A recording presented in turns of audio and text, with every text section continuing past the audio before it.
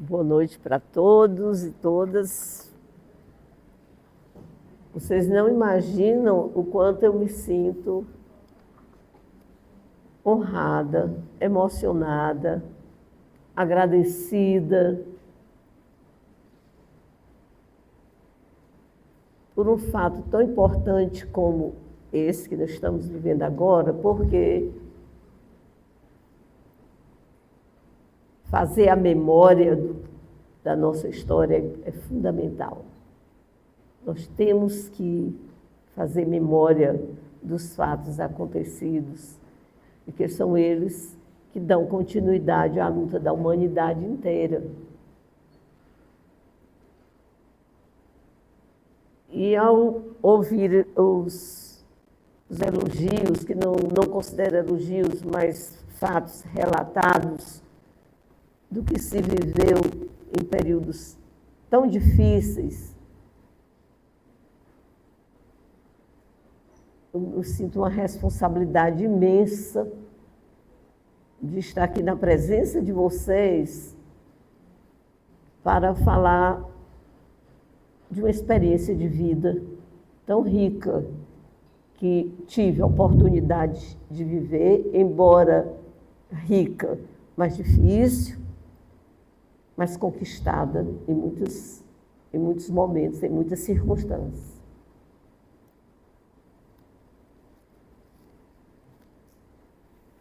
Eu estou aqui me situando por onde eu começo mesmo a falar para vocês. Eu quero dizer que entrei na luta do nosso povo brasileiro desde que eu despertei, fui despertada, a quem mais que eu tinha vivido a história, sobre a necessidade que nós tínhamos de sermos verdadeiros diante das pessoas, de amar as pessoas, de justificar o nosso relacionamento com as pessoas, justificar no sentido de ser justos. Aprendi tudo isso. E esse aprendizado foi em casa, na família. Porque eu convivi com um dos meus irmãos que começou a sentir necessidade de olhar o outro, de descobrir a humanidade. Naquela época, os poucos movimentos, nem universidade, nem faculdade praticamente nós tínhamos. Os nossos jovens iam fazer faculdade em Recife, na Bahia. Então, não tinha nem onde eles debatessem as suas necessidades juvenis, históricas. E onde eles encontraram isso? No Partido Comunista. E o meu irmão, um dos meus irmãos, trouxe essas ideias para dentro de casa e que a minha mãe, muito preocupada, justificava tudo para nos engajar, ou os outros filhos, na situação da igreja, para não se tornar um comunista. E foi assim que nós, filhos, homens e mulheres, fomos sendo introduzidos na igreja católica, que desse a oportunidade de ver a sociedade, o rumo da história, de uma maneira correta, porque o comunismo cortava as relações com Deus. O mundo estava assim porque os imperialistas, os capitalistas, se apegavam ao Deus como protetor deles, e o resto era resto. Então foi esse processo todo que me deu oportunidades de ser engajada na minha adolescência, já fazendo curso ginasial, na Ação Católica, JEC, Juventude Estudantil Católica, que era um movimento novo dentro Igreja Católica, que era a Ação Católica. A Ação Católica é um movimento novo dentro da igreja, que ela se contrapunha ao comunismo por ter Deus. O comunismo não tinha Deus porque achava que era Deus que atrapalhava, porque tudo que o imperialista ou capitalista fazia se justificava nas confissões, pedindo perdão e etc. E tal, essas coisas todas que a gente conhece bem. E foi assim que eu cresci e fui acompanhando o crescimento dos meus irmãos menores. E entre estes irmãos menores, o último estava o Tito, o garoto, que eu já mocinha fui aprendendo a cuidar dele, desde que ele nasceu. E nesses cuidados que eu tinha com ele, ele ia desenvolvendo orientações da irmãzinha maior, mais velha. E eu, já na adolescência, já no curso no ginásio, e ele já com 12 anos, eu o levava para as reuniões que eu ia participar na Ação Católica, a JEC. E ele assistia sentadinho, porque não podia sair só para as reuniões, meu pai não permitia, então eu o levando, ele ficava ali como guarda, vigiante da irmã. E creio que isso deu a ele condições de mais tarde, quando ele se torna um estudante no Liceu do Ceará, ele se torna estudante e se engaja no movimento da JEC. Quer dizer, eu quero fazer essa passagem histórica porque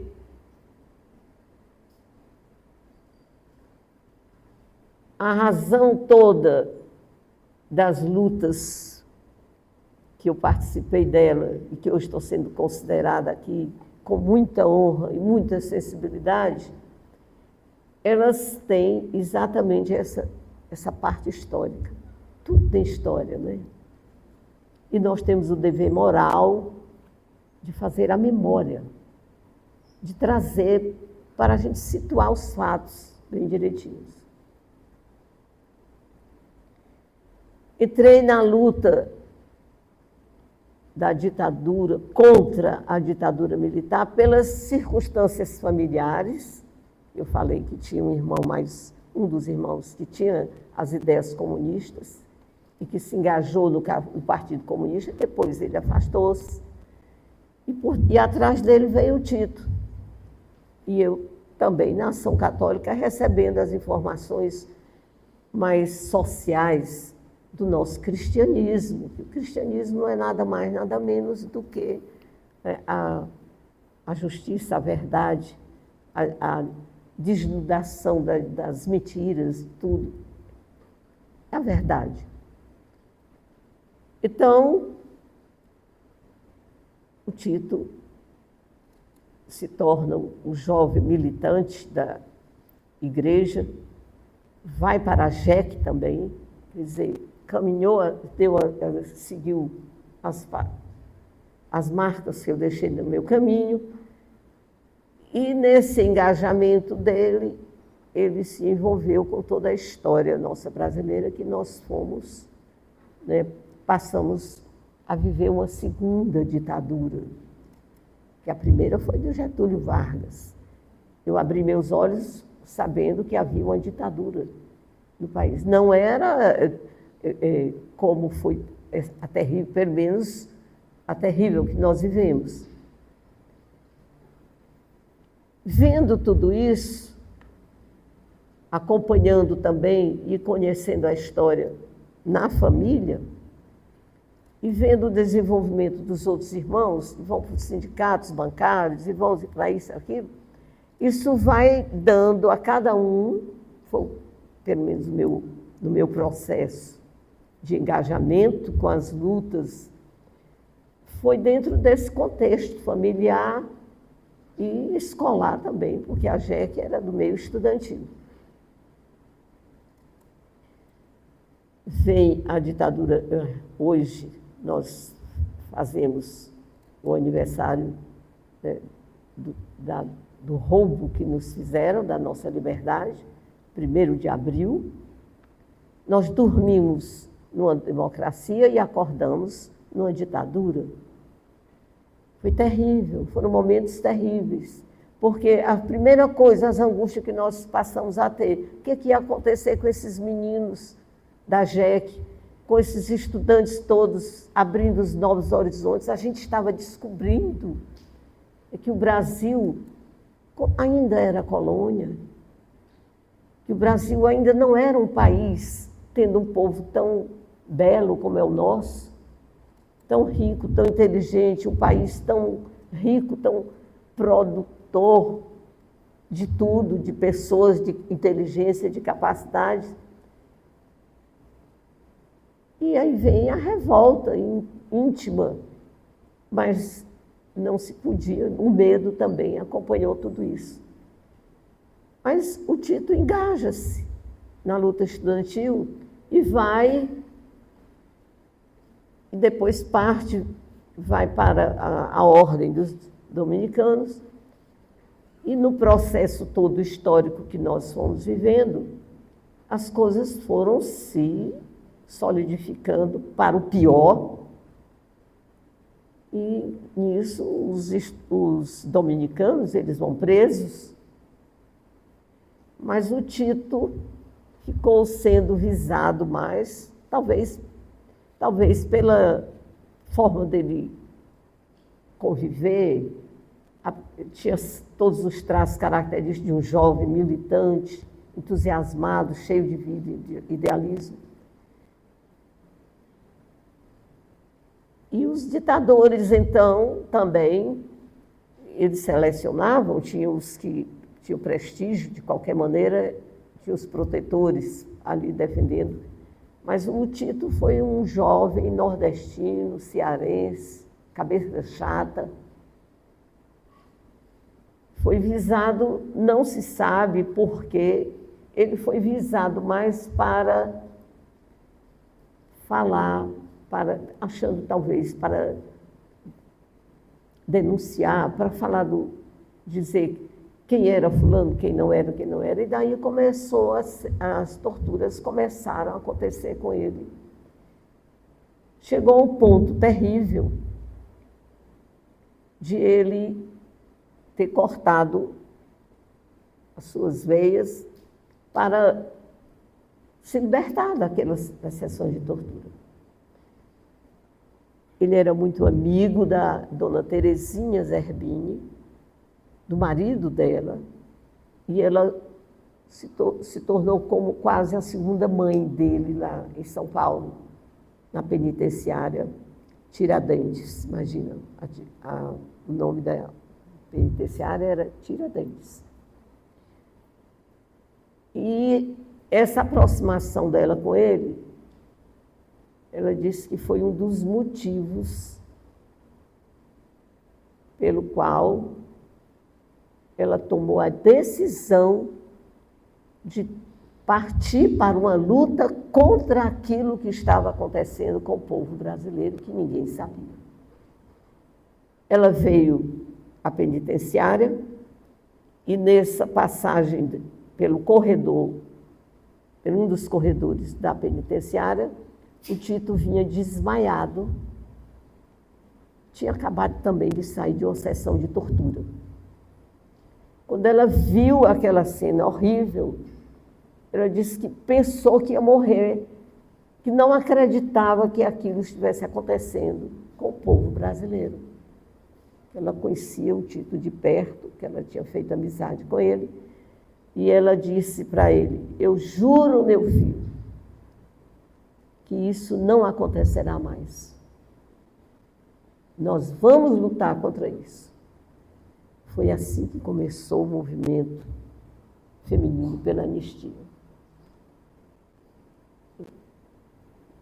Quando a gente fala assim, a gente se sente honrada disso, mas ao mesmo tempo a gente tem um sentimento terrível de humilhação, de derrota, de porque éramos pobres, nordestinos, porque o rapaz não tinha nada lá, essa coisa toda.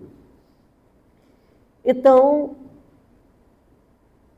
vem as torturas, aí vem a história toda do Tito, o dominicano, brasileiro, cearense, cabeça chata, mas era um militante autêntico da Igreja Católica.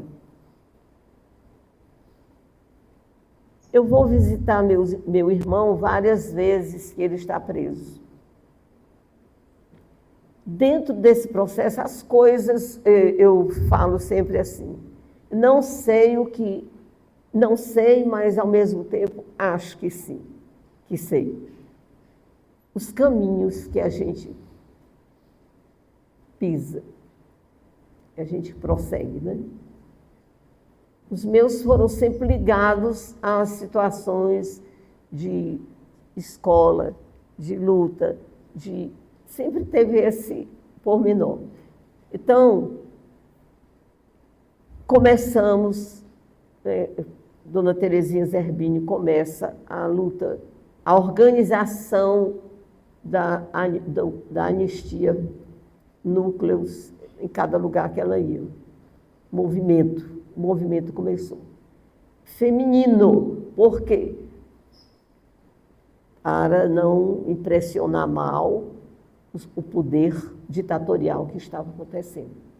A mulher sempre tem essa característica da maternidade, da irmandade, da fraternidade, do amor, do carinho. O homem sempre é visto mais, que não é verdade que o homem tem as mesmas características, é só que não oportunizamos muito.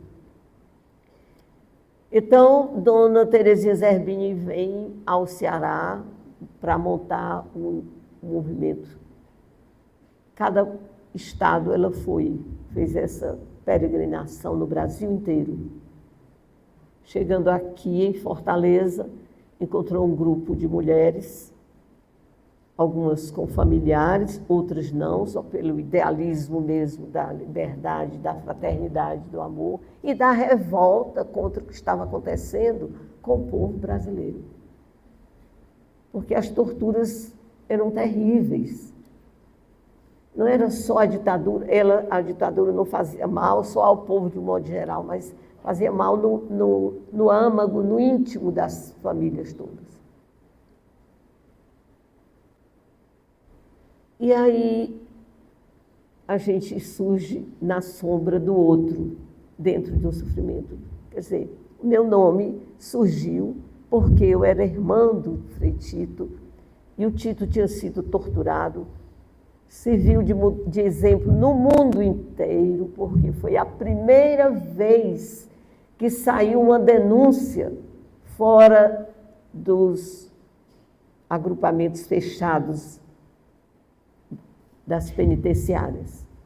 Foi o primeiro documento que saiu denunciando que havia torturas no Brasil, porque aí ele esclarece na carta que ele faz, a carta denúncia, dizendo tudo o que estava acontecendo com ele. E dizia assim: o que acontece comigo não é regra, não é uma coisa extra, mas é o normal, as torturas todas. Mataram gente nas sessões de torturas. Ele não morreu porque, creio eu, diante de Deus, ele tenha resistido até o fim para poder denunciar e poder desmascarar a ditadura militar.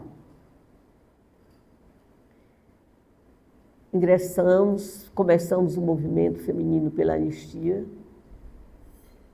corremos as ruas de Fortaleza. Ninguém era corajoso, não. Não era coragem, era amor que a gente tinha, porque sabíamos que além daqueles dos nossos, muitos estavam sofrendo e ninguém sabia. E não era justo que o povo brasileiro sofresse, porque estava lutando para tornar uma sociedade igualitária, porque estávamos lutando para que as escolas fizessem os alunos refletirem, para que as escolas transformassem o ensino numa arma mesmo de transformação, de mudança, de humanização, de solidariedade, de amor. Era isso que se fazia. Eu estou dizendo porque eu também fazia parte deste movimento e, misteriosamente, me escapei, não fui presa, não aconteceu. E tive o meu irmão assim. Houve um certo, não sei, talvez meu temperamento, minha forma de agir fosse mais... Nada demais, só amor à sua pátria. A gente descobriu, aquela geração descobriu o quão importante e maravilhoso era o nosso povo brasileiro. E descobriu que o quanto nós éramos massacrados e trabalhando para manter o poder de quem? Dos Estados Unidos, de outros países. Por que isso? Então, isso era revoltante, não deixa de ser. Então, nós estávamos no processo iniciante. Ninguém queria entregar o nosso Brasil, nem a Rússia, nem ninguém, porque sair de ser colônia de um canto para passar a colônia de outro não tinha sentido nenhum para nós. O brasileiro estava aprendendo a ser brasileiro. Nós estávamos aprendendo a cantar de fato o hino nacional brasileiro. Ó pátria amada e idolatrada. E fomos, e caminhamos, e foi a morte do meu irmão que me deu forças e coragem de correr nas ruas de Fortaleza, ser seguida pela polícia, ser chamada para para ser questionada. Foi coragem, não, nem foi inteligência, foi só amor. Foi o bem. E isso eu prometi a mim mesma e ao meu Deus e ao amor que eu tinha, e que tenho ainda ao meu irmão e o respeito ao que ele representou para a juventude daquela época, eu prometi ser fiel e continuar na luta enquanto vida eu tivesse. Por isso que, quando fomos iniciar esta universidade, não foi fácil. Foi tão difícil, gente. A gente andar aqui, dar aula nos comedouros das vacas, as salas que estavam desocupadas eram elas. Mas tinha beleza também, nas noites de lua, vinha turma de alunos e professores, tudo atravessando fazendo a caminhada aqui dentro, para ir todo mundo junto, para pegar os ônibus, para pegar os transportes para ir para casa. O que nos uniu aqui, a gente saber que aqueles estudantes precisavam de nos ouvir, que nós tínhamos que fazer sair das universidades os mestres, os professores, porque é na escola que se organiza o pensamento, a amizade, o relacionamento, a socialização. O conhecimento se organiza na escola. E quem faz isso? Nós, professores, nós, educadores. Ninguém pode imaginar a importância que tem cada turma de professor que a faculdade, que a universidade entrega à sociedade. Agora mesmo, a gente está tendo a experiência numa comunidade, lá no Cacipesca, para a pobreza, gratuita, não é do governo, mas é dos que cada um de nós é um pedacinho do governo, a gente sabe disso. Só que pena que esse pedacinho a gente manda em dinheiro, que vai no imposto de renda. E aí desmonta para todo lado, a gente não sabe nem como. Mas a gente tem fora isso aqui, a gente tem aqui e tem isso aqui, que são coração e mente, né? Então a gente vê lá na comunidade, no caça e pesca, a beleza que tem naquela sociedade. Quase marginalizada, não é marginalizada, lá tem já uma estrutura mais modernizada. Mas é uma luta grande e as crianças são maravilhosas, são lindas, inteligentes, capacitadas. Puxa, como é lindo a gente receber um estagiário. Mande os estagiários para essas escolas. Façam com que a universidade seja de fato, ela é de direito, mas seja de fato uma realidade educacional. Então, foi um legado que eu recebi de toda essa nossa história, do nosso povo, com esse grupo, com essa universidade, que isso aqui se tornou universidade, né? Nós demos um nome a ela, porque tinha que ter uma quantidade de mestres, e tinham poucos. Mas a gente fez isso, a gente lutou, quer dizer, isso é anistia também. A anistia não é só da maldade que é feita nas... Mas a anistia se faz também dentro do processo normal de vida. A gente tem que aprender a anistiar. Então, eu tenho que agradecer muito a vocês, e agradecer ao meu Deus, e agradecer aos companheiros e às companheiras de luta. Nós éramos somente 25 mulheres aqui no Ceará. 25 mulheres que resolveu ir para as ruas, escrever nos carros, botar anistia, e sair o povo horrorizado, tinha gente que sabia nem que palavra era essa, o significado dela. Que é anistia? Perdão? É esquecimento? O que é? Um dia eu ia passando ao lado do Náutico e no sinal parei, o carro parou ao meu lado e disse: você tem um outro papel desse?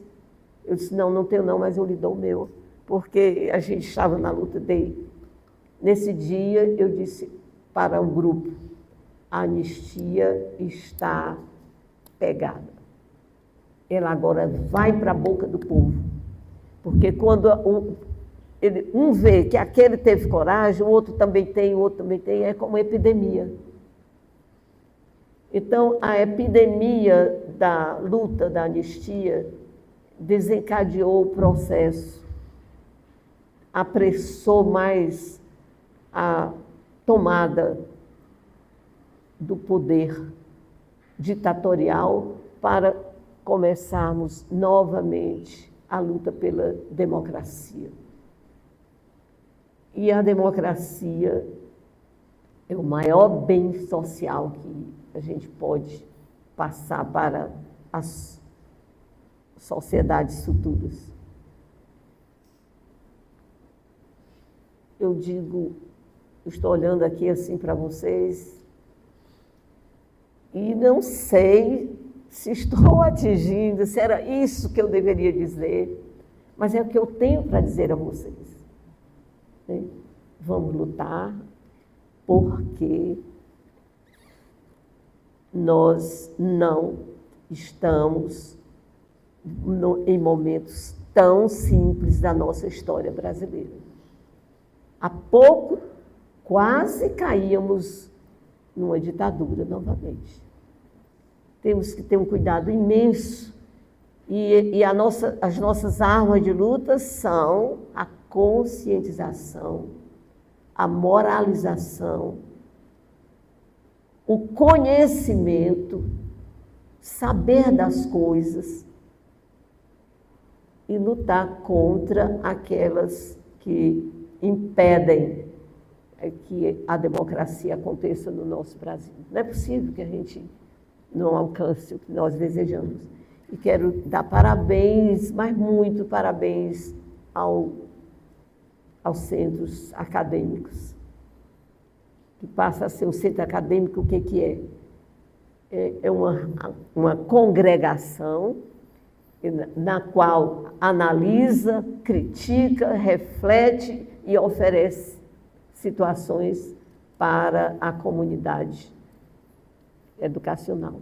Parabéns, eu amo essa universidade, eu amo essa faculdade. Sinto-me honrada, mas muito mesmo, e espero que Deus me dê condições de ir até o fim na luta e dizer para todos nós, a luta continua.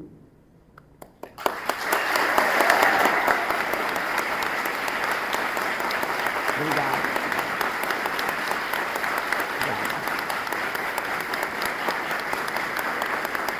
Ai, anistia.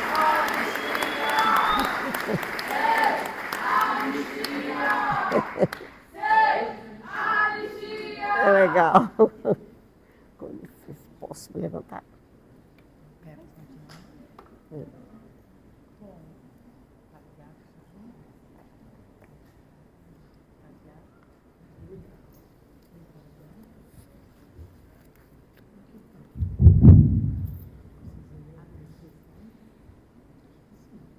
Bom, eu acho que depois, né, dessa fala tão rica, emocionante, enfim, né, tem nem adjetivos aqui para traduzir o que a gente ouviu, enfim, mas eu acho que para além, né, do depoimento da professora Nilce, etc., alguém que tiver questões, que quiser fazer alguma observação, a gente ainda tem um tempo, vocês podem fazer. Samuel vai responder aí.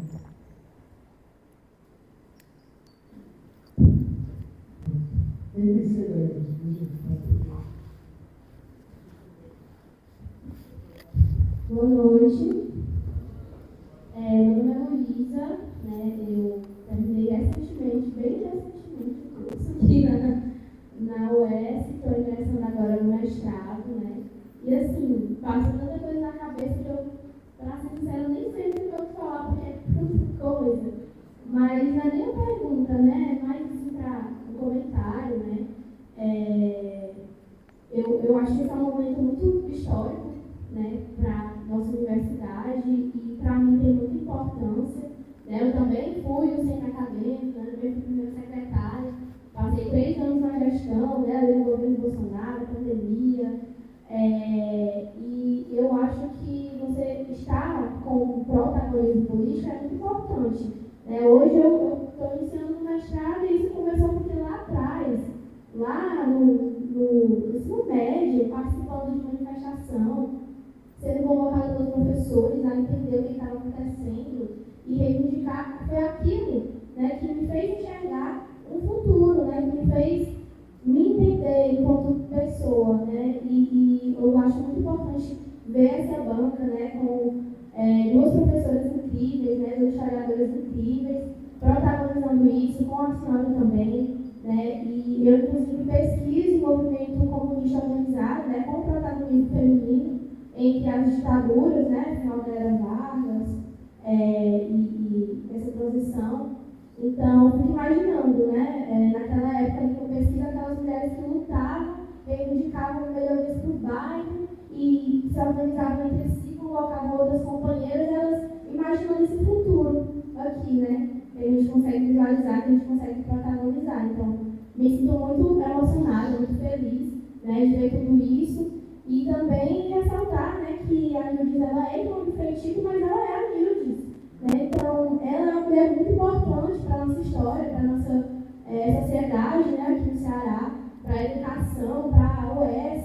Então, é importante a gente entender as mulheres nesse protagonismo, né, para além de referências. E principalmente porque, mesmo dentro do movimento organizado, nós sofremos com os companheiros homens, né? Nós somos vítimas de assédio, de misoginia, de transfobia, né? No caso das mulheres trans. E eu acho que a gente acorda, a gente sai de casa e já está na resistência. Né? Então, é muito importante para mim, e acredito que para as companheiras que estão aqui, né, presenciar esse momento, ver o peso disso, né, olhar para as professoras, para amigos, enfim, é tanta coisa para falar, tanta emoção, né, e alguns anos atrás a gente teve aqui, nessa mesma época, nesse mesmo auditório, com a Tina Rodrigues, né, outra mulher muito importante do Ceará, né, que fundou a ATRAC, que foi vítima da Covid, que é uma consequência da política do Bolsonaro, né, e que também esteve ali na linha de frente da ditadura. Né? Então, eu fico me lembrando muito ali daquele evento que nós, enquanto estudantes, organizamos, protagonizamos, e hoje estamos aqui. Né? Acho que em algum momento alguém tinha falado que algo sobre o presente, sobre o passado, a história, mas também fala sobre o presente e o futuro. Então, é muito disso, né? Enfim, não sei nem se eu estou conseguindo transmitir todo o sentimento que eu estou sentindo, mas estou muito feliz, né? Muito orgulhosa de ver esse auditório aqui cheio, né? Organizado pela CA, com o apoio da pedagogia, e todo mundo que está aqui, tudo muito bonito, muito importante. E acho que é o que a gente precisa, né? Para continuar, para seguir o legado, para honrar a memória de todas as pessoas que sofreram, tanto na ditadura militar como em outros momentos de opressão do nosso país, e que não podem estar aqui por vários motivos, né? Seja porque desistiram no meio das dificuldades, seja porque não estão mais em vida. Né? Então, enfim, um momento muito importante, e é isso.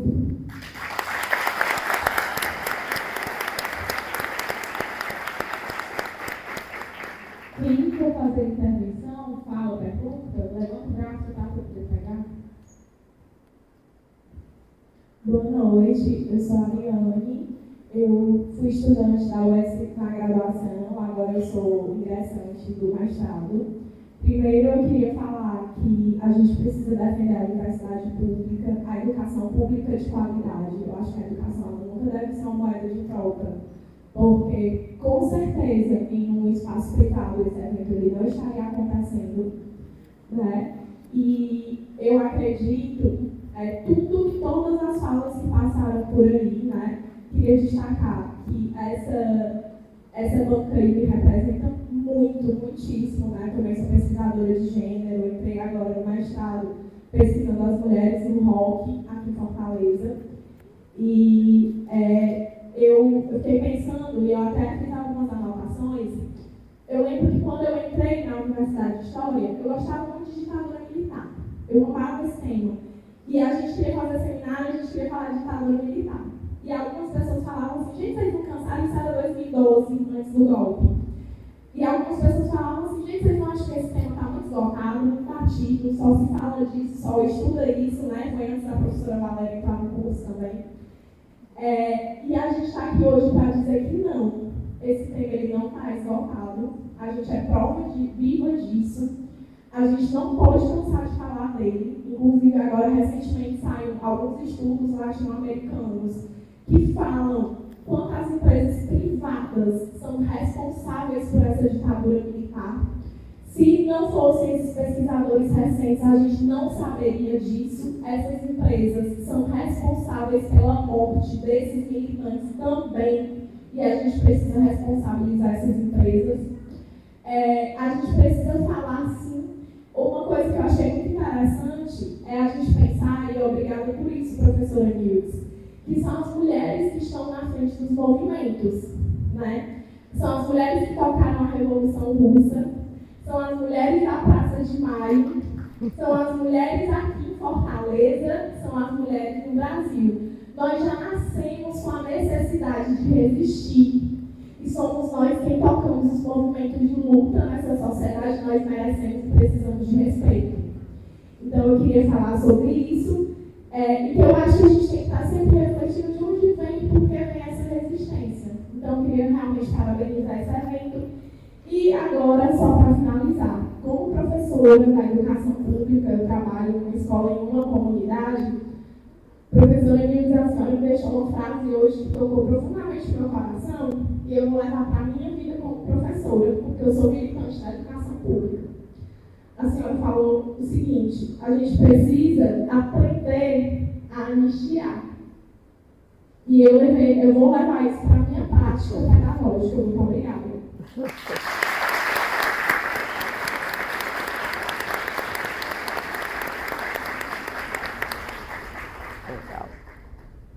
Boa noite. Aqui também professor Emmanuel de Fernanda.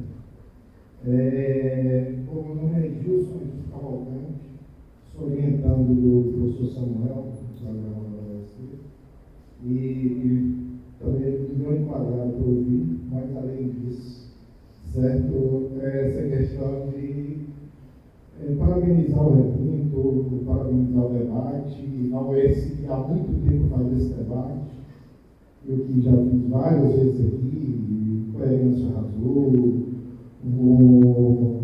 os 40 anos, os 50, os diversos debates que ocorrem aqui, e que mostra a universidade muito viva. E essa universidade muito viva, né?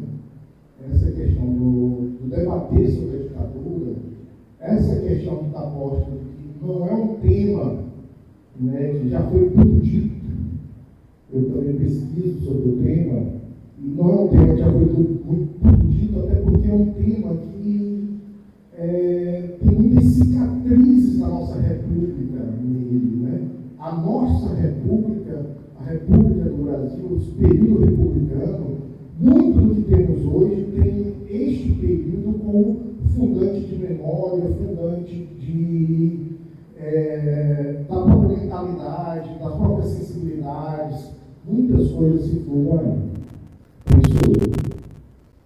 E aí vou para a pergunta, professor Andrés, em cima do que você falou. Duas coisas. É o mesmo, mas só em duas para não deixar a tal história. A primeira é que você falou, olha só, eu tinha um irmão comunista e tudo, meu pai, opa, esse negócio de comunismo, vamos aqui, veja bem como é que é isso, vamos para a igreja, que é muito melhor, vamos com Deus aqui, veio para lá, veio para cá. Essa fortaleza que você apresenta, esta realidade, que ao mesmo tempo repetiu o comunismo, é a fortaleza que em 62 ficou a 3% de eleger o prefeito comunista. Né? O Moura Beleza, que era do Partido Comunista, foi candidato pelo PSD, porque o partido não tinha legenda, o PSD cede a legenda, sendo candidato o presidente do PSD sendo candidato a vice, e ficou a 3% de eleger. Foram 3 candidatos, ele foi em terceiro, o primeiro foi com final 29%, o segundo 28% e ele 26,5%, 27%. E teve mais uns 5, 6 candidatos que lá embaixo. Então, que fortaleza é essa? Que repudia isso, mas que fica a 3% de eleger, que no dia do golpe tem a greve dos ferroviários, que no dia do golpe pessoas vão até os sindicatos ferroviários para pegar em armas, mas que também os movimentos grevistas não se concretizam. Então, eu queria que você pudesse falar um pouco dessa fortaleza. E segundo, é porque lá pelas tantas você, do nada, me disse um negocinho aqui. Que foi, rapaz, não, a gente ia lá para o sindicato dos bancários e acha que eu estudo esse negócio de bancário na ditadura. E eu me pergunto qual é a importância do sindicato dos bancários, você acabou de dizer, íamos falar, nesse período de ditadura, resistência e por aí vai. Obrigado. Okay.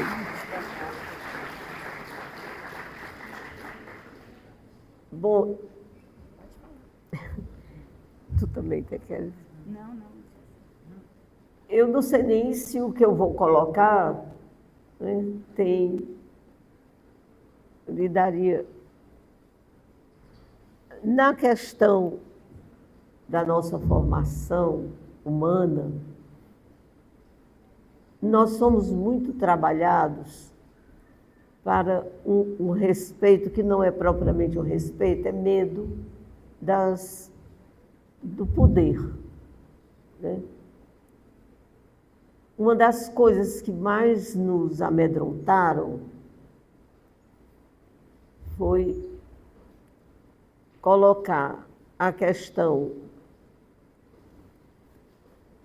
do compromisso do ser humano com o outro, no sentido de justiça social, isso foi mal entendido, porque na época, talvez,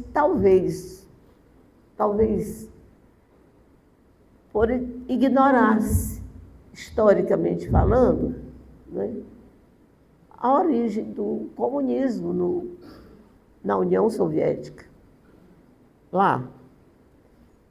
E quando as ideias vieram e se difundiram no Brasil, já numa época, imagine, né, década de 50, de 40, por aí assim. Isso foi um escândalo, um absurdo, essas ideias, porque elas não foram. Resumindo, tudo que eu quero dizer é que nós não educamos para uma consciência de uma realidade que nós todos vivemos no passado do nosso Brasil, no passado das nossas famílias. Nós não gostamos de enfrentar a realidade e dizer isso é errado por isso, e apontar a causa dos erros. Estes erros que eu vou me referir agora são os erros da situação econômica, da divisão de classes. Por que existe tanta pobreza? Por que no Brasil, um país tão rico? Bom, é uma das questões que conduz exatamente a uma interpretação errada de fazer a justiça social. A religião que o cristianismo traz, ela confunde. Porque se você for ver o cristianismo tal e qual é dito, não deixa de ser um comunismo. Não deixa de ser. Então aqui é um comunismo com a crença de um ser superior, supremo. Este comunismo aqui é sem esse ser superior, supremo. Isso faz, no meu ver, né? Isso faz exatamente com que, nesses momentos de escolha, de seleção, de analisar, de ver a sociedade e de agir sobre ela, confunde muito as pessoas e gera em todos nós a divisão dos sentimentos, até dos sentimentos. Porque a gente passa a ter horror a isso, eu tenho horror a isso, quer nem ouvir, nem falar.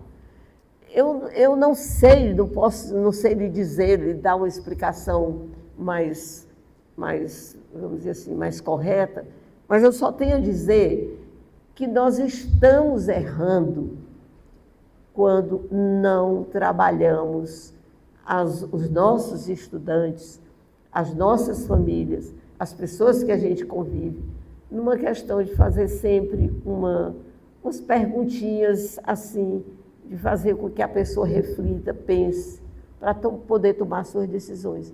Porque quem está, na verdade, atualmente, comandando o mundo todo, deixa de ser, são as redes sociais, são os programas de televisão, até um jornal mal colocado também pode trazer informações erradas para a gente.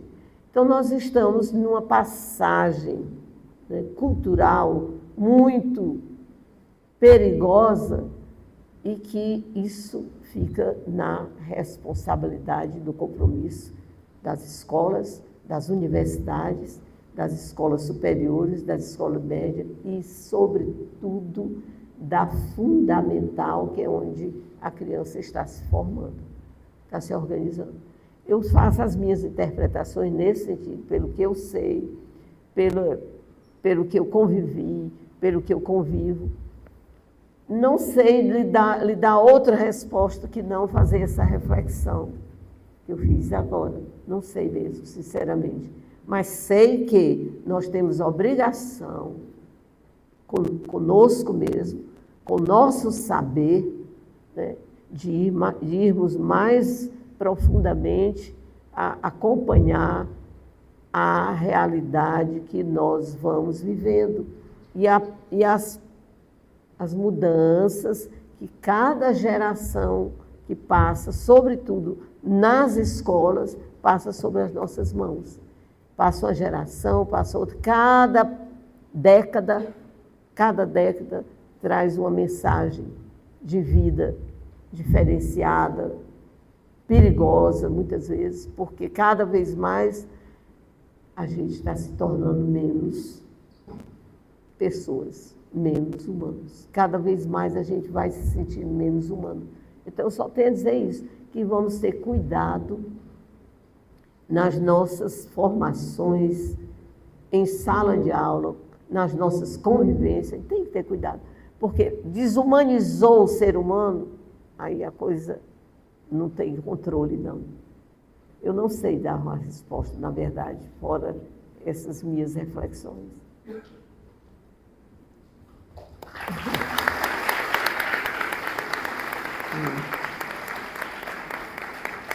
O que mais? Alguém mais? Boa noite. Aqui no Fazer essa coluna. Bom, primeiramente, boa noite a todos, todas e todos, né? Tanto das pessoas do curso de História, da Pedagogia.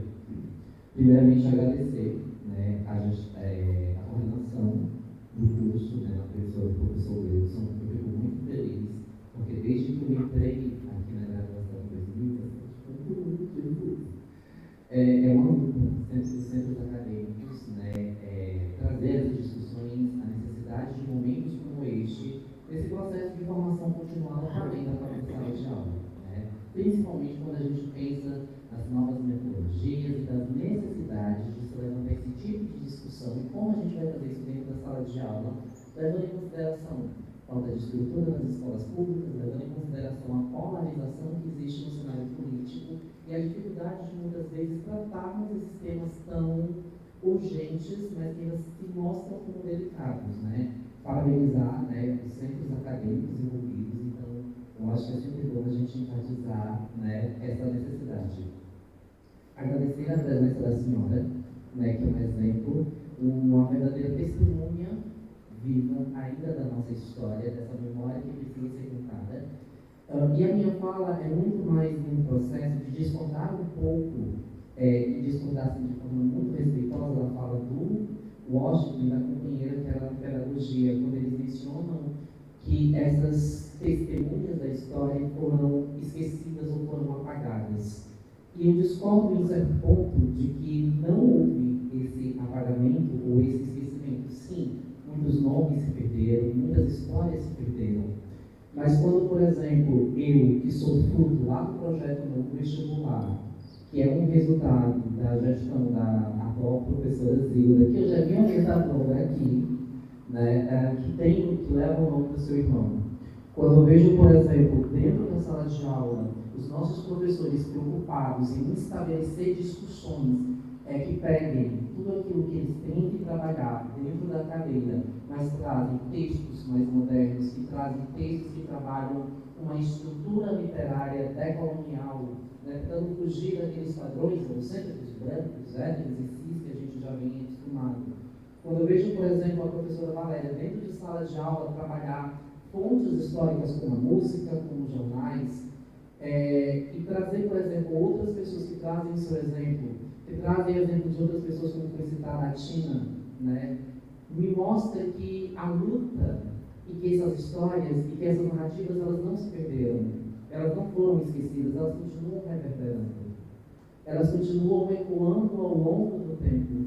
Então, eu acho que é para que a gente também entenda a importância da educação nesse contexto, principalmente nós que estamos nos cursos de licenciatura, nós que estamos nos preparando para sermos educadores, né? E aí, pegando uma frase que a gente viu com a professora Valéria, a gente não se forma como professor, a gente vai se tornando a cada dia. Então, é uma luta cotidiana, é uma luta contínua, é um processo de formação que não termina com a graduação, com a colação de grau, mas que vai continuar acontecendo dia após dia, né? E aí uma das coisas que a senhora fala também, sou professora, né, atuei em escola pública, atuei em escolas de comunidades, lá na região da Sabiaguaba, né, nas comunidades tradicionais. Veio um processo, inclusive, de muitas vezes de disputa dessas comunidades em permanecer nas suas próprias terras, em permanecer nas regiões, nos seus territórios ancestrais. Né? E aí, assim como a companheira falou, a senhora é um exemplo muito grande para mim. Porque quando eu entrei em História na UESP, eu tinha passado em primeiro lugar para fazer Medicina na Federal. E quando eu disse para minha mãe que eu ia fazer História, a minha mãe disse, vai ser pobre o resto da vida. Vai ter o que a mina, vai fazer História de ser professora. E hoje, ouvindo o seu caso, ouvindo o seu relato como uma educadora, que influenciou todas essas pessoas que estão aqui, que são hoje nossos professores, eu vejo que eu tomei a iniciativa certa. Porque tal hora ser educador também é isso. É conseguir influenciar de alguma forma alguém e essa pessoa vai continuar fazendo essas pequenas mudanças em nós, que continuaremos esse legado.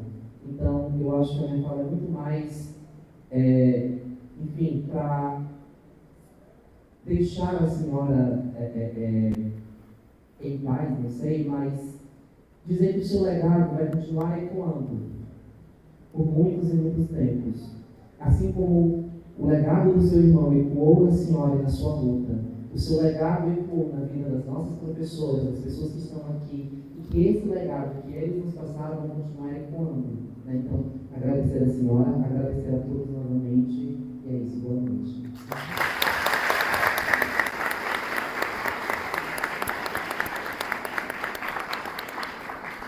Gente, quem for se inscrever ainda, se inscreve na fala dele, tá? Para a gente já encerrar as inscrições. Boa noite, pessoal. Meu nome é Macarrão, sou professor da rede municipal, da rede estadual de ensino, né? E estou no mestrado em História aqui na UES, né? Acho que queria deixar algumas reflexões aqui do debate, da discussão. A primeira coisa é a saudação. Acho que é importante a gente saudar esse debate, né? Saudar essa iniciativa de fazer esse processo de reflexão, de memória, de verdade e justiça a todos aqueles que tombaram ou aqueles que estão vivos, levando a memória daqueles que tombaram no combate à fascina da ditadura militar brasileira que a gente sofreu aqui no Brasil. Né? O segundo é que eu acho que a companheira Mildes, né, é uma representação coletiva. Acho que aqui a gente não tem só a companheira Mildes, a gente tem a companheira que traz junto consigo a memória de diversos outros trabalhadores, estudantes que tombaram no combate a essa ditadura fascista, né? Eu acho que a nossa tarefa como pedagogos, como historiadoras e historiadores, né, é manter viva essa memória, como a companheira que me antecedeu agora há pouco, né, manter viva a memória não só daqueles que já tombaram, mas também para retrazer e requalificar essas discussões quando a gente discute o processo da ditadura militar. Acho que é muito bom salutar demais esse debate conceitual de termos, né? Ditadura militar, ditadura civil-militar, ditadura empresarial militar, porque é uma forma da gente estar regurgitando, né? De estar digerindo novamente, ou tentando digerir aquele processo traumático que foi com a história da nossa população no nosse país.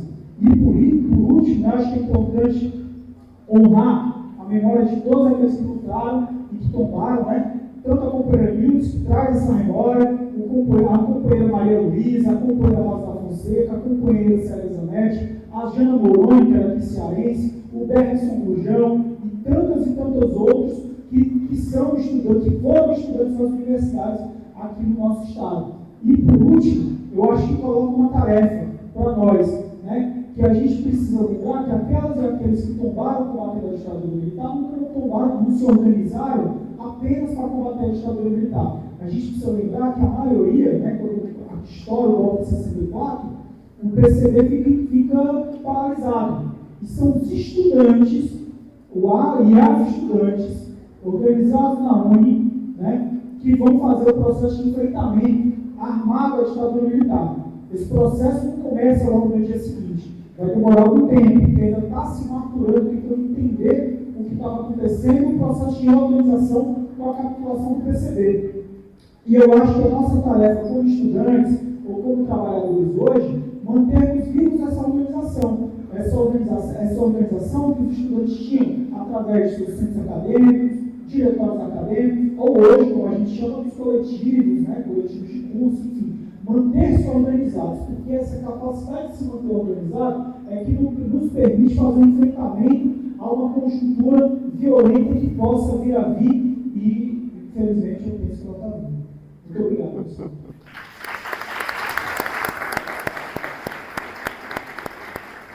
Gente, só uma explicação. Eu falei inscrição para fala, tá? Não é inscrição da frequência aqui, não. A frequência está passando nas cadeiras.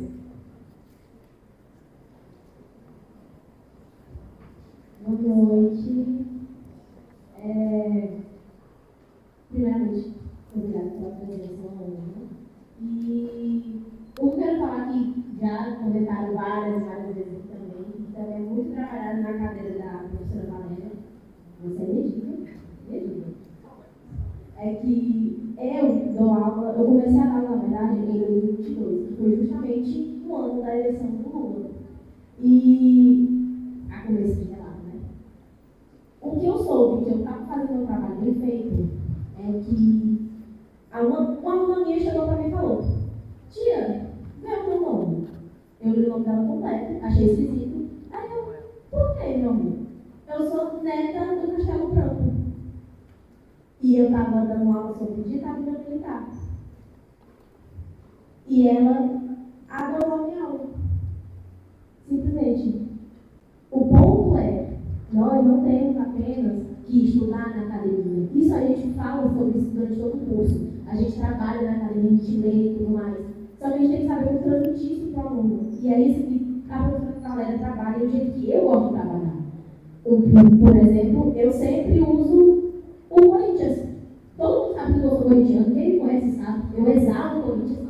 Só que um assunto que está em alta, que é forte no Corinthians, é o movimento da democracia corintiana. E o movimento da democracia corintiana, que tem como os maiores símbolos, não só do futebol corintiano, como do futebol brasileiro, é justamente o jogador Sócrates, abertamente comunista, que é celebrado até hoje, não apenas nos campos de futebol, como nas arquibancadas, como em todos os lugares.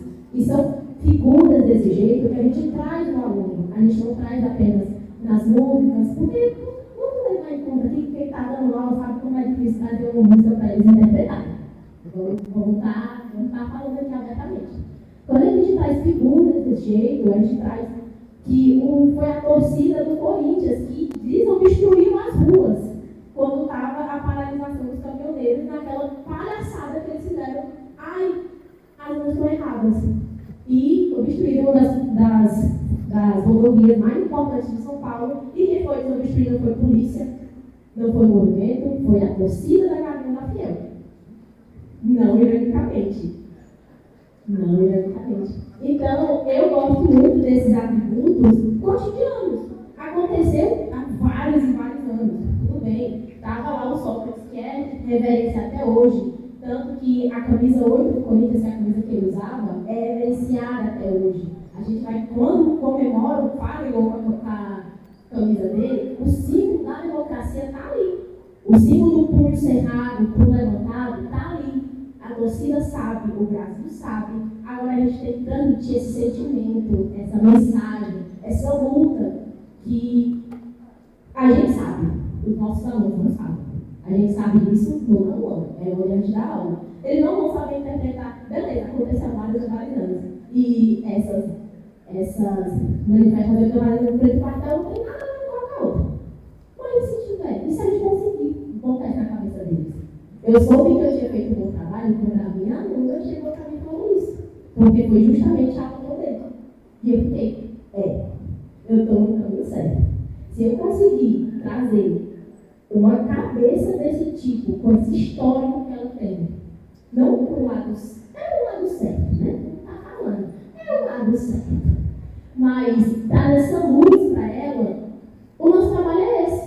Infelizmente, a gente tem que estar lutando contra fake news, contra Instagram, contra TikTok, contra Deus e mundo. A gente está aí na luta, mas uma cabeça a mais vai fazer diferença.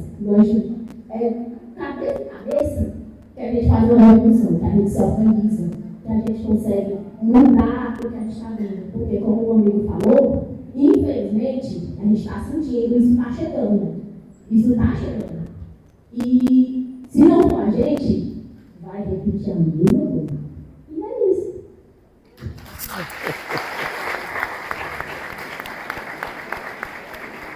Então, pessoal, duas pausas, tá? Aqui e depois da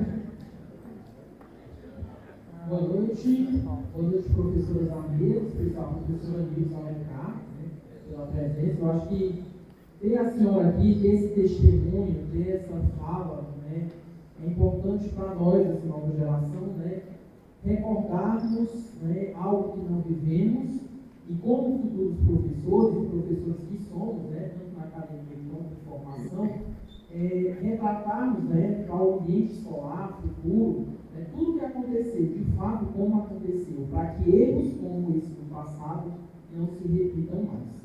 Bem, mas minha pergunta é direcionada ao que a senhora falou bem no início, né? A ação católica, ela tinha, como a senhora falou, essa vertente mais socialista da igreja, né? Nós podemos aí lembrar que na década de 70, Dom Aloysio Lochaide chegou em Fortaleza, né? Lá em Crateús também tinha Dom Fragoso. Então, e também nessa época, na América Latina, né, estava tendo os princípios, né, os primórdios da teologia da libertação. Né? Então, eu gostaria de saber, né, a partir da experiência da senhora, né, do movimento feminino pela anistia, né, como a teologia da libertação, né, como esses princípios, né, dessa vertente socialista ajudou, né, nessa luta, cooperou para a luta de vocês. Muito obrigado.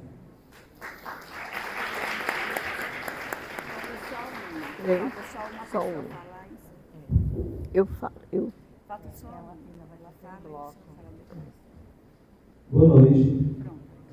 Eu me chamo Ernesto Simões, sou recém-formado na graduação de História aqui na UES, agora estou como aluno do mestrado. Eu pesquiso muito sobre essa área dos patrimônios culturais. E nós vimos uma notícia no início desse ano, que foi o tombamento definitivo da Casa do Frei Tito, não é? Que isso foi uma luta que já vem de muitos anos. E aí eu queria fazer uma pergunta direcionada a isso. O que é que nós vamos ter nesse espaço? Vai ser um local de pesquisa, assim, se a senhora puder informar, né? E aí eu queria agradecer também pelo espaço, parabenizar. Fico muito feliz, muito honrado com a sua presença. É uma aula assim, inestimável. E aí eu queria fazer essa pergunta sobre a Casa do Frei Tito, que nós podemos esperar nesse espaço, e também uma provocação. Né? Todo ano nós temos a Marcha do Silêncio, que geralmente começa e termina na Casa do Frei Tito, mas ela começa no Memorial da Resistência, que é um espaço que recebe visitas de escolas, né, de universidades, de pesquisadores, que é esse lugar de memória em que a gente pode também, ele fica como dica que a gente leve os nossos alunos para esse espaço, que deve estar reabrindo esse ano. Né? Mas o que me preocupa muito é ver que o memorial, que inclusive foi criado em 2013, acho que tem uma aluna, ex-aluna, professora, ela foi orientada pela professora, né? Que fez essa pesquisa sobre o memorial, a professora Valéria Alentor, e desde 2013, o Memorial da Resistência, existe essa ideia de ele poder ser registrado como lugar de memória, porque até o momento não tem nada que proteja o memorial de ser desfeito se a gente tiver na prefeitura um político de extrema-direita, por exemplo. Legalmente não tem nada que impeça o memorial. Então, acho que esse é um debate que ele precisa voltar a acontecer, entre nós, historiadores e historiadoras. Tem também uma produção dos políticos que sempre participam do memorial. E aí eu queria falar essa provocação e também essa pergunta sobre o que a gente pode esperar na Casa do Frei Tito. Eu respondo. Mais pra frente.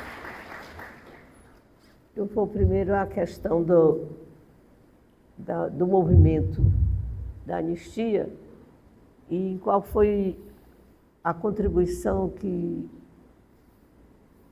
a igreja, né, nessa época, Dom Aloysio Lochaide. Nós tivemos todo o apoio da igreja em termos assim de salas até para reuniões, quando nós precisávamos lá no seminário, e, sobretudo, no momento em que nós queríamos,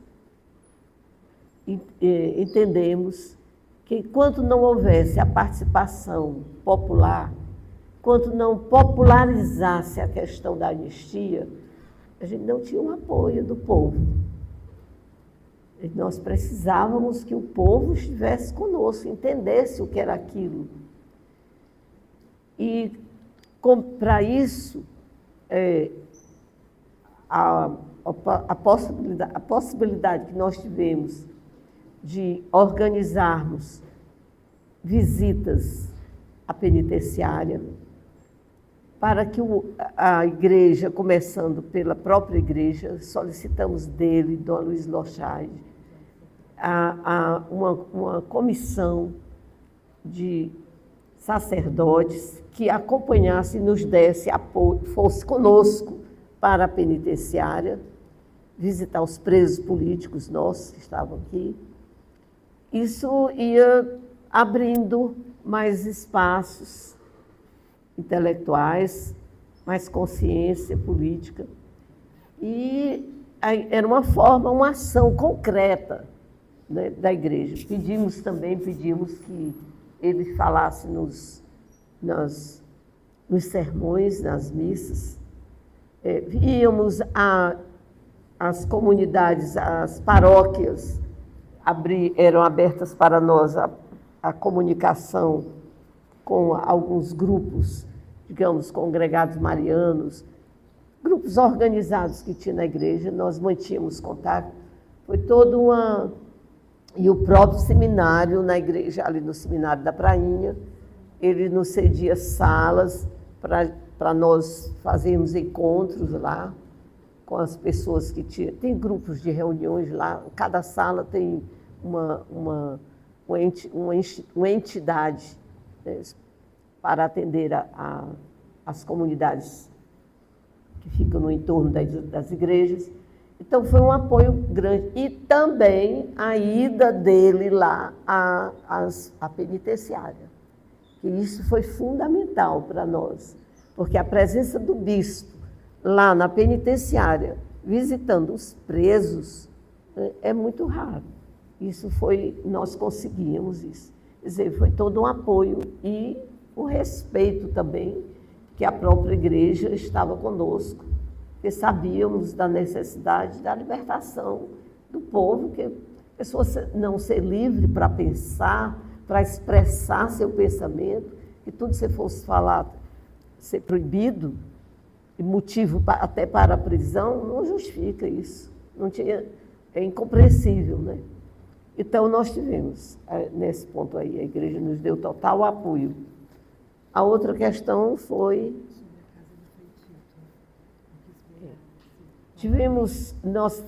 É uma luta, essa casa, a importância que ela tem. Primeiro, porque nós somos um povo sem memória. E nós sabemos que a memória é o dever que nós temos de guardar a memória daqueles que deram suas vidas, isso na área de saúde, isso na área da educação, isso na área política, né? Nós temos um dever moral de preservar e de transmitir os valores e a nossa história. É um ponto. Para isso, nós temos os fatos escritos, relatos, e temos os lugares. Né?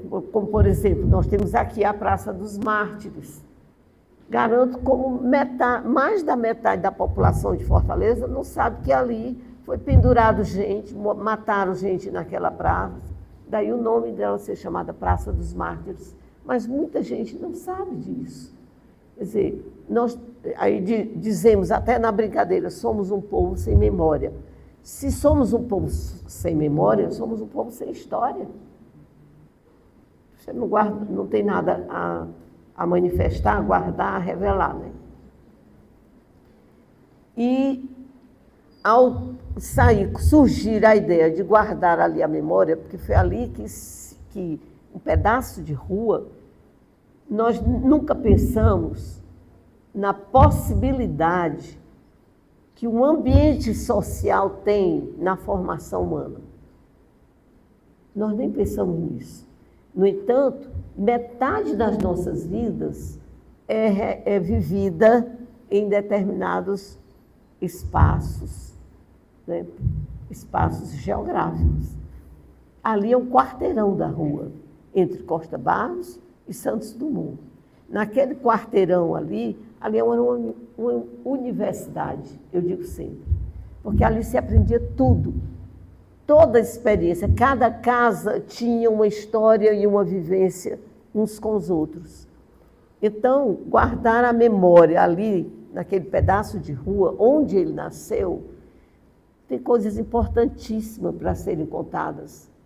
Ele nasceu no final da Segunda Guerra Mundial, 1945. Ele viveu momentos, situações históricas importantíssimas.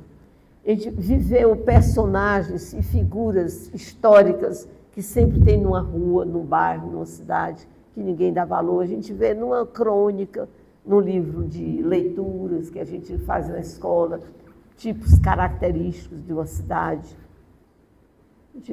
Hoje nós só falamos dos tipos característicos que a televisão mostra. Não valorizamos os tipos característicos, os líderes da nossa rua, do nosso quarteirão. Tem essa questão educativa, pedagógica. Mas tem também, ao fazermos dali um memorial, para que a juventude estudantil saiba o potencial e a capacidade que um jovem tem, a valorização do jovem. Então, ali ser um centro de referências para debates, para círculos de estudos, para reflexão. É uma casa cultural. É pequena a casa, ela em si não vale nada. Mas se fizer atrás, no quintal da casa, os quintais das nossas casas ali eram verdadeiras comunidades infantis. Ali de subir os muros, trepava, sabia trepar, chupar manga, tirar a goiaba, fazer isso e aquilo. Todas as experiências infantis aconteciam ali. Aprender a fazer arraia, fazer concurso de arraia, tudo era definido ali no campo de estudos e pesquisas das crianças. Então, poder-se-á fazer ali um centro, levantar um prédiozinho para que possa ter material de estudo para criança, para jovem, para adolescente. Tem um mundo de coisas a serem organizadas lá. Como ela foi só tombada, ela está tombando de fato, porque está se acabando. Tem um buraco lá caindo água que tem chovido aqui esses dias. Então, há os encaminhamentos, a gente sempre procura falar com os prefeitos, porque isso vai depender também, a não ser que a família tivesse um certo recurso, né, e empreendesse lá. Mas não temos condições para isso, né, não podemos salvar, e fomos falar com quem? O prefeito da cidade. O que é o prefeito da cidade? É um administrador que cuida das coisas, é como o dono de uma casa, né, no aspecto geográfico. Então, nós falamos, tem uma equipe, um grupo, um núcleo na Secretaria de Cultura para traduzir ali todo um plano de ação, né, de ação cultural, vivencial e político para os jovens estudantes de Fortaleza. Ter uma equipe sempre montada lá, ser uma casa viva, é um memorial vivo, atuante.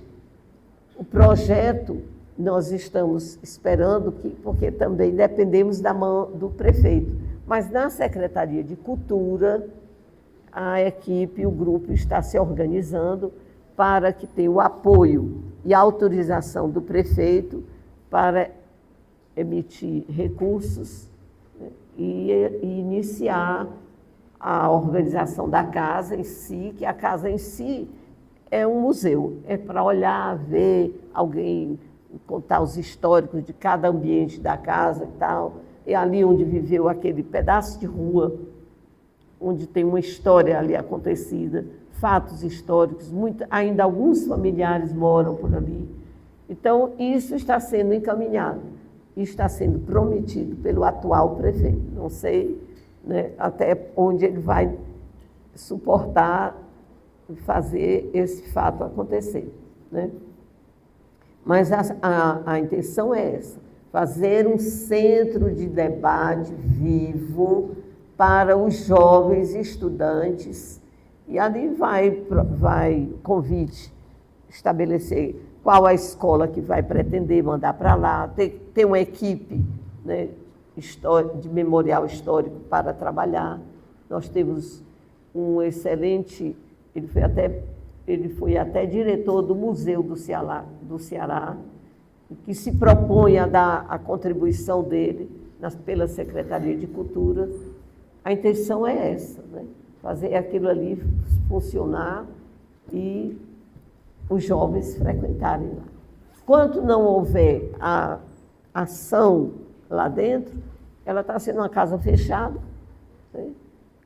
Que a chuva está derrubando, as telhas estão caindo e pode não servir de nada, está tombada e vai se acabar ali. Mas a família está tentando, né, ter esse acesso ao prefeito, e o prefeito tem se manifestado, né, a favor, e vamos ver o que vai acontecer. Viu?